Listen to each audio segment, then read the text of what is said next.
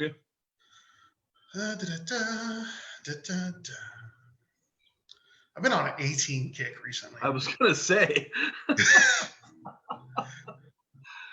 Even our website has the 18 as me, you, and Samantha. I saw a guy at Central Market the other day who was dressed up like Mr. T. Is that Central Market? Yeah, it's a Central Market. He looked like Mr. T. Oh, really?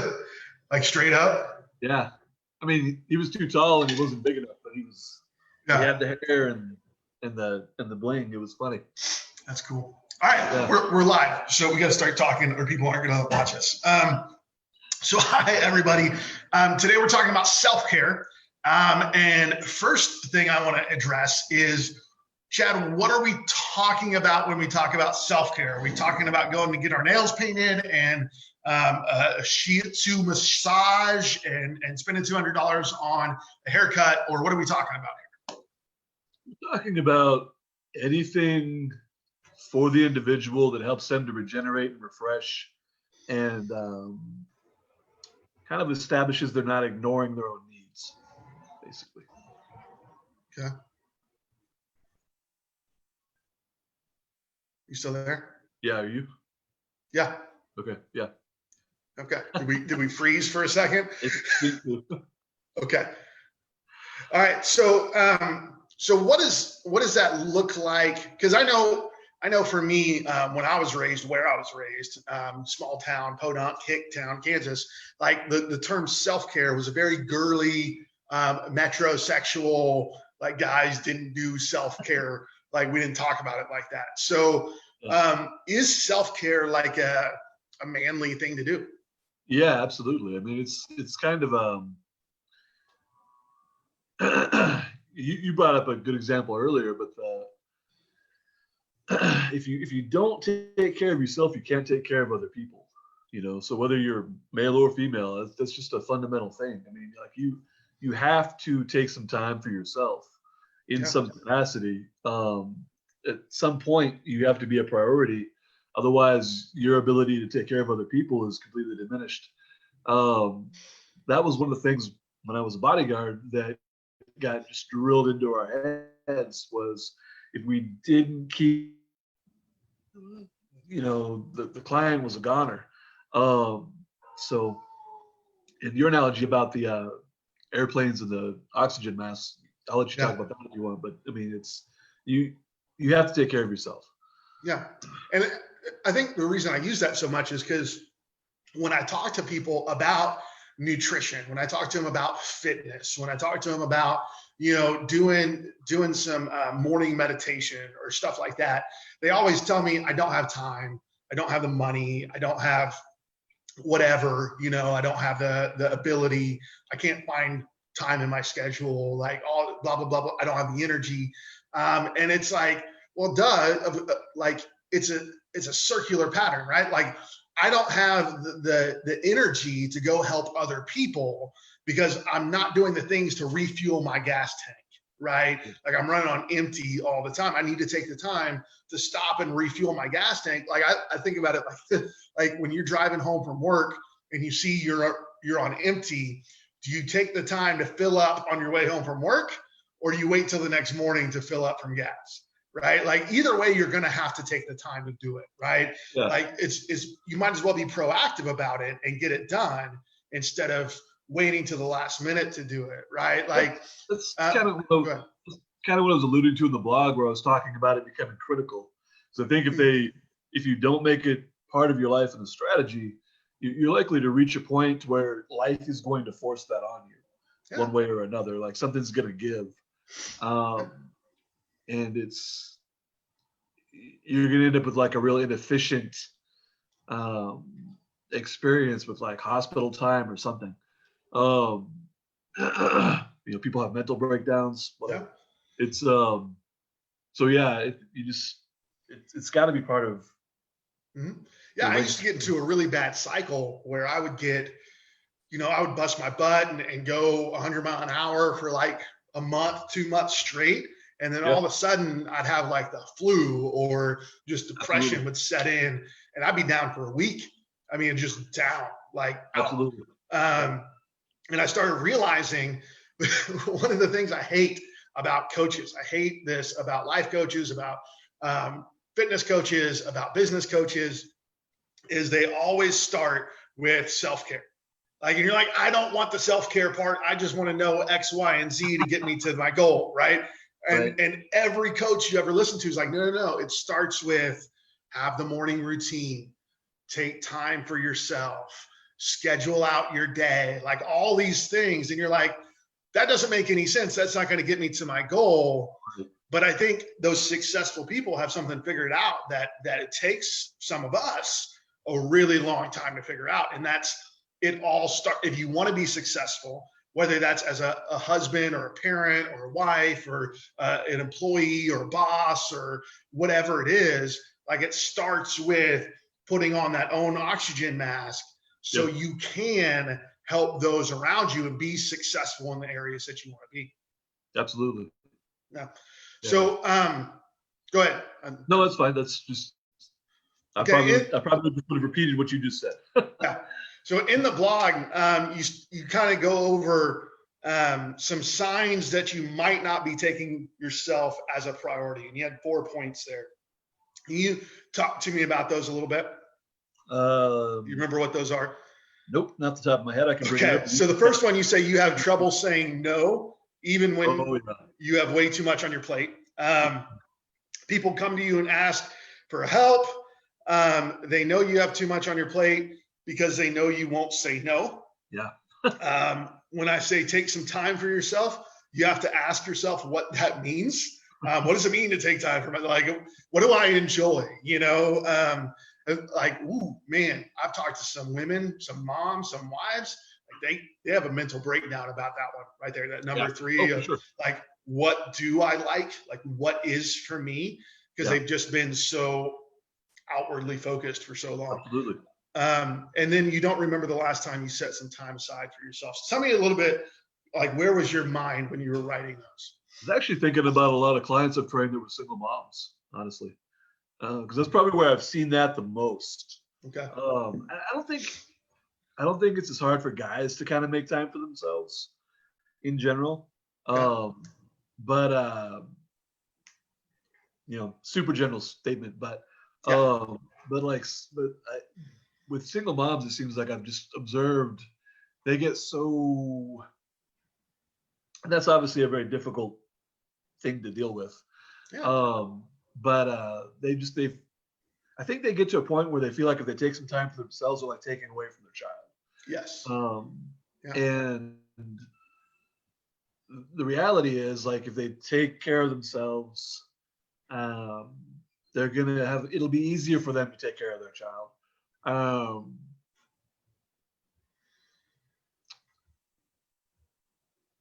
Trying to be, I feel like dangerous territory. But reality is, like, if they take care of themselves.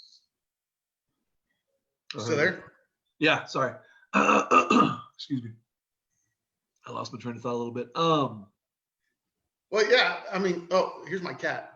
So everybody say hi to Alice. There we go. All right. So no, you're completely right. Is taking that time for yourself is going to make them a better single mom or dad or whatever. And I think it harkens back to something that was almost lost, not completely lost, but I think the attitude of it was lost some years ago. Like, I think back to the early 1900s, and self-care in whatever fashion you want to think about that was vitally important of the day-to-day of men and women. Like, women took a quite a long time to get ready in the morning, working on themselves and doing the things for themselves that they needed to do before they started their day. Men had men's clubs and men's groups and societies that they were a part of to have that camaraderie and brotherhood and pushing each other. And it was a society of, there wasn't all this busyness. We do have time to take care of ourselves. We have time to do the things. And we work on the things that we love to do, and we work to live. We don't live to work kind of mentality. I think that has started it changed over the years. And I think there's a lot of people now that are trying to call back to that as Right. far as, bloggers and motivational coaches and YouTubers and stuff like that, of saying, there's this mentality of that you're only alive to work the 9 to 5, and then you actually live on the weekends. Where we need to get away from that mentality of saying that. We need to be like, no, I work so that I can live. Like I live my life. I work on the things that I love to do. Right. Yeah, I agree. I was trying to keep going because I had something I wanted to say and I completely spaced it. Well, that happens. It's okay. Yeah. It happens all the time. So what are some things that you do? I know fitness is huge. And that's given. I remember what I was going to say. Okay. I think just to kind of get it out there, I think sometimes a disconnect when we talk about this type of thing is like you or I or whoever might talk about, when they talk about the subject, they'll talk about the kind of things that they like to do that kind of fit into this category. Yeah. And if the person who's listening doesn't relate to those things, like working out or whatever, there can be kind of a disconnect in the conversation. It doesn't really matter that much what that thing is to the person for that self-care or that time. Is just the point is they need to take the time to do it and engage in it. Yeah. And I think that it's perfectly right. Everybody's individualistic. I mean, that's one of the things that we preach all the time about our fitness is everybody's different. We have to do different diet plans, different workout plans for everybody that comes across our plate. And the same thing is for self-care. Like what I do for self-care probably isn't going to be the same thing that you do for self-care. Like I know you love to go write. Personally, that's not a reflective like that's work to me. Like to go write is working to me. But for me to go to the gym for 2 hours, like that's self-care. Like I'm in my element, right? Where a lot of people would hear that and be like, no, that's work. Like that's hard. Like I don't want to go do that. And that's fine. Like be you, right? Be you in your self-care. But I think that point number 3 that you had in your blog of people don't even know what it is that refuels their gas tank, right? And so I think that's where we get to when we start talking about, well, this is what I do for self-care is more just giving people the ability to try different things and say, figure out what works for you. Maybe you go try to sit at a coffee shop for an hour a week and do some writing. Maybe you go try to do yoga for 30 minutes a day, or whatever it is. Like go try something, read a book, go on a nature hike, whatever. Go try something and see if that's what fills your gas tank. And I know for some people, my wife is one of those people. Her thing changes. Just because that filled up her gas tank last month doesn't mean that's the thing that's going to fill up her gas tank this month. Sure. Does that make sense? Absolutely. Yeah. I think because not just only interests change, but depending on like what you're dealing with, what you might need to do to feel like you're recharged. I mean, that could shift dramatically. So there's just a lot of things you can explore to fill that bucket. Yeah. So I think finally, I mean, it's really easy to set self-care aside during this time of the season when we're dealing with Halloween and Thanksgiving and Christmas and New Year's and all the things that happen in between that, and family and travel and church events and work events or whatever. So we have all this thing. And so our schedule kind of gets hectic. And then usually the first thing that goes by the wayside is whatever we do for ourselves, right? That time that we take for ourselves is the first thing to go by the wayside. So why is it why is it a priority that we take that time and say, no, this is sacred. Everything else can change. Everything else can be messed up, but this is sacred. Why should we make that a priority? No one's going to make that a priority for you. If you don't do it yourself. And also there's a couple things. One, if you set that boundary, and you understand this because like you talk about when you go to visit your parents, they know a gym membership is part of the deal. Yeah. If you set that boundary, even if people don't relate to it, it's still they won't make a big deal out of it. Yeah. The other thing that we haven't touched on that I think is really, really important is it sets a good example for the people around you. Like if you're, and I meant to put this in the blog, but like, especially like that, going back to that single parent thing, if your kids are little sponges, I mean, a lot of kids, they're smart.